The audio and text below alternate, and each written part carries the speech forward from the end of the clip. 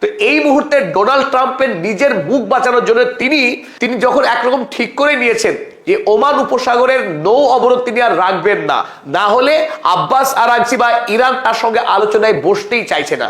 তাই বেগতিক অবস্থা থেকে শেষ পর্যন্ত নৌ অবরোধ তুলে নেওয়ার আগে নিজের মুখ ঢাকার জন্য তিনি এবার দায় চাপালেন ইরানের ঘাড়ে, যে ইরান তার হাতে পায়ে ধরে অনুরোধ করছে যে কোনো মূল্যে আমেরিকা যেন ওই নৌ অবরোধ তুলে নেয়। They want us to open the Hormuz straight.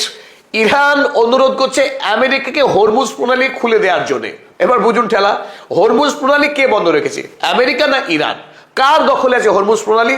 তাহলে ডোনাল্ড ট্রাম্প সত্য কথা বলছেন না মিথ্যা কথা বলছেন? তাহলে এই জায়গায় আমেরিকার প্রতিটা মানুষ এই মুহূর্তে ডোনাল্ড ট্রাম্পকে রীতিমতো ট্রোল করছেন যে you are liar, nobody believes you, যে আপনি এমন গ্রেডের এমন দরের মিথ্যাবাদী, আপনাকে কেউ বিশ্বাস করে না। তো তিনি বললেন ইরান অনুরোধ করছে হরমুজ প্রণালী খুলে দেওয়ার জন্য, আমেরিকার হাতে চাবি রয়েছে, তিনি খুলে দেবেন as soon as possible। আর এটাই ছিল ইরানের পক্ষে আমেরিকাকে দেওয়া প্রথম শর্ত, যে প্রথম নৌ অবরোধ তুলে দিতে হবে, আর নৌ অবরোধ না তুললে পরে হরমুজ প্রণালী খোলা নিয়ে আমেরিকার সঙ্গে কোনো আলোচনায় শুরু হবে না।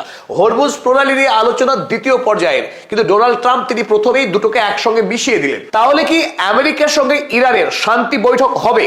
আর এই শান্তি বৈঠক শেষ পর্যন্ত ইরান এবং আমেরিকা কি চুক্তিতে আবদ্ধ হতে পারবে? এটাই কোটি টাকার প্রশ্ন। কারণ এই মুহূর্তে ইরান যখন সামরিকভাবে সুপার পাওয়ার হতে যাচ্ছে, গ্লোবাল মিলিটারি পাওয়ার হতে যাচ্ছে, সেই মুহূর্তে যখন আমেরিকা যুক্তরাষ্ট্র কোনোভাবেই ইরানের এই উত্থানকে মেনে নিতে পারছে না, ওদিকে ইসরায়েল মধ্যপ্রাচ্যে কোনোভাবেই তারা চায় না যে ইরান একটি মিলিটারি সুপার পাওয়ার হোক, অন্তত মিডল ইস্টে। এই প্রেক্ষিতে কিভাবে সম্ভব আমেরিকার সঙ্গে ইরানের চুক্তি? কিন্তু চলুন আমরা দেখে নিই একটি বিষয়। ইরান আমেরিকাকে যে শর্ত দিয়েছে তাতে চারটে আমরা শর্ত খুঁজে পাচ্ছি। এক ছিল যে স্টপ দ্য থ্রেটনিং। আমেরিকা যুক্তরাষ্ট্রের পক্ষে ডোনাল্ড ট্রাম্প প্রতিদিন উঠতে বসতে যে ইরানের নেতৃত্বকে গালি দেওয়া, ইরানকে ধ্বংস করা, দেখে নেওয়ার যে হুমকি দিচ্ছিলেন, সেই হুমকি দেওয়া আমেরিকাকে থামাতে হবে। আর প্রথম যে শর্ত ছিল open blockade at Gulf of Oman. Oman উপসাগরে আমেরিকা যে নৌ অবরোধ চালাচ্ছে সেই অবরোধ তুলে নেওয়াটা ইরানের পক্ষে ছিল প্রথম প্রস্তাব। যদি আমেরিকাটা মেনে নেয় তাহলে দ্বিতীয় পর্যায়ে ছিল ডিসকাস অন হরমুজ। হরমুজ প্রণালী নিয়ে আমেরিকার সঙ্গে ইরান কথা বলতে রাজি আসে, তবে সেটা দ্বিতীয় পর্যায়ে। আর দ্বিতীয় পর্যায়ে যদি আমেরিকা এবং ইরান তাদের মধ্যেকার বোঝাপড়া করে নিতে পারে, তাহলে শেষ ক্রিটিক্যাল যে কোশ্চেন ছিল নিউক্লিয়ার ডিসকাশন। পরমাণু অস্ত্র ইরান তৈরি করবে কিনা, করলে কবে তৈরি করবে, কিভাবে তৈরি করবে, সেই বিষয়ে আমেরিকাকে নিয়ে আলোচনায় বসতে পারে। কিন্তু সব শেষে, অর্থাৎ আগের তিনটে শর্ত যদি আমেরিকা পূরণ করতে পারে, তাহলে চতুর্থ শর্তে ইরান আমেরিকার সঙ্গে কথা বলতে রাজি আছে। তো সেই ক্ষেত্রে আমরা দেখছি প্রথম যে শর্তটা ছিল ইরানের পক্ষে আমেরিকার কাছে, stop the threatening. Donald Trump কিন্তু গত 4 দিন লক্ষ্মী ছেলের মতো ইরানকে আর গালি দিচ্ছে না। এখানে একটা বিষয় আমরা স্পষ্টই বুঝতে পারছি যে পাকিস্তানের পক্ষে আমেরিকাকে, ডোনাল্ড ট্রাম্পকে এই বার্তা স্পষ্টভাবে দেওয়া হয়েছে যে ইরানের নেতৃত্ব আপনার সকাল বিকালে গালি পড়াটা একেবারেই পছন্দ করছে না, এটা না পছন্দ।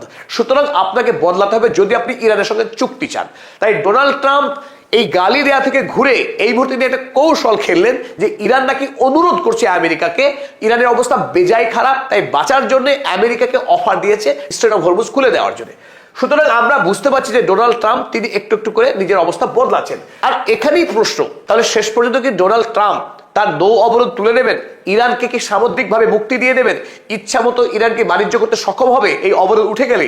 যা না হলে ইরান আমেরিকার সাথে কোনোভাবেই আলোচনায় বসবে না। তবে আমাদের মনে হচ্ছে ডোনাল্ড ট্রাম্প খুব শীঘ্রই তার এই নৌ অবরোধ তিনি তুলে নেবেন, আর তারপরেই আমেরিকা এবং ইরানের আলোচনা শুরু হতে যাচ্ছে।